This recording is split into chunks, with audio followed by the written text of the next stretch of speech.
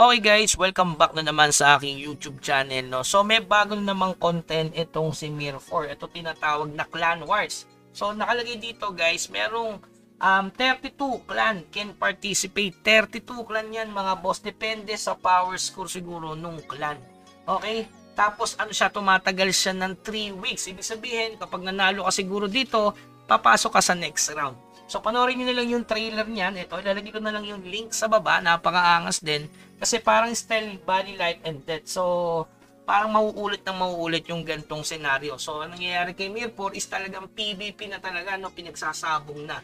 Pero wala pang ganap dito na pagko-combine nila yung Korea versus global. Okay, siguro pinapaprogress muna yung sa global. Siyempre, lamang na lamang yung Korea guys.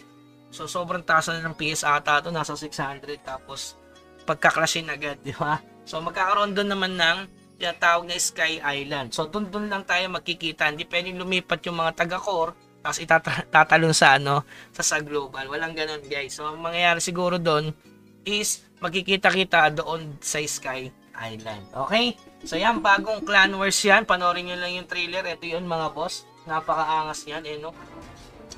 Pormahan pa lang, no? Parang body, life, and death talaga. Pati yung costume, di ba? Okay, para din siyang tinatawag na sabok war din. Okay, yung castle, di ba? Okay, so may bagong healer current na naman. Legendary.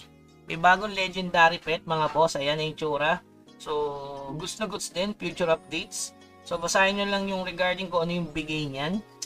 So, hindi ko alam kung maganda ba yan sa lahat ng classes. Okay? So, meron new appearance. Ito, Matic, ilalabas to sa 25 Matic. Pag costume kasi, kung ano yung nilabas sa core, nilalabas agad sa global.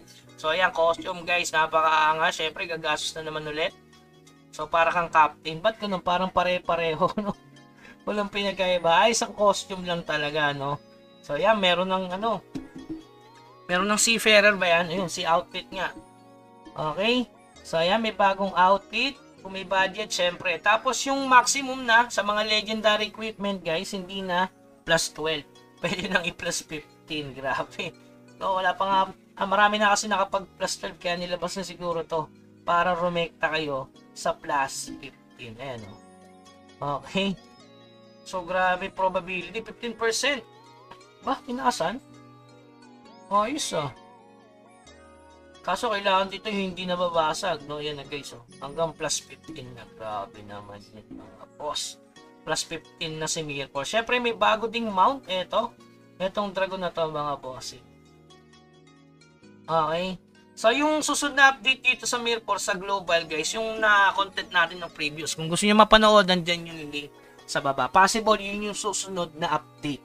Okay? So ayun lang yung update regarding do sa Clan War. So hindi pa yan pagsasanib ng core at global. Okay? So, yun lamang guys. Keep grinding pa rin at mag-subscribe sa ating channel para hindi kayo nahuhuli sa mga bali-balita, mapa Mir4 man yan or Nitro. Hanggang sa muli, paalam.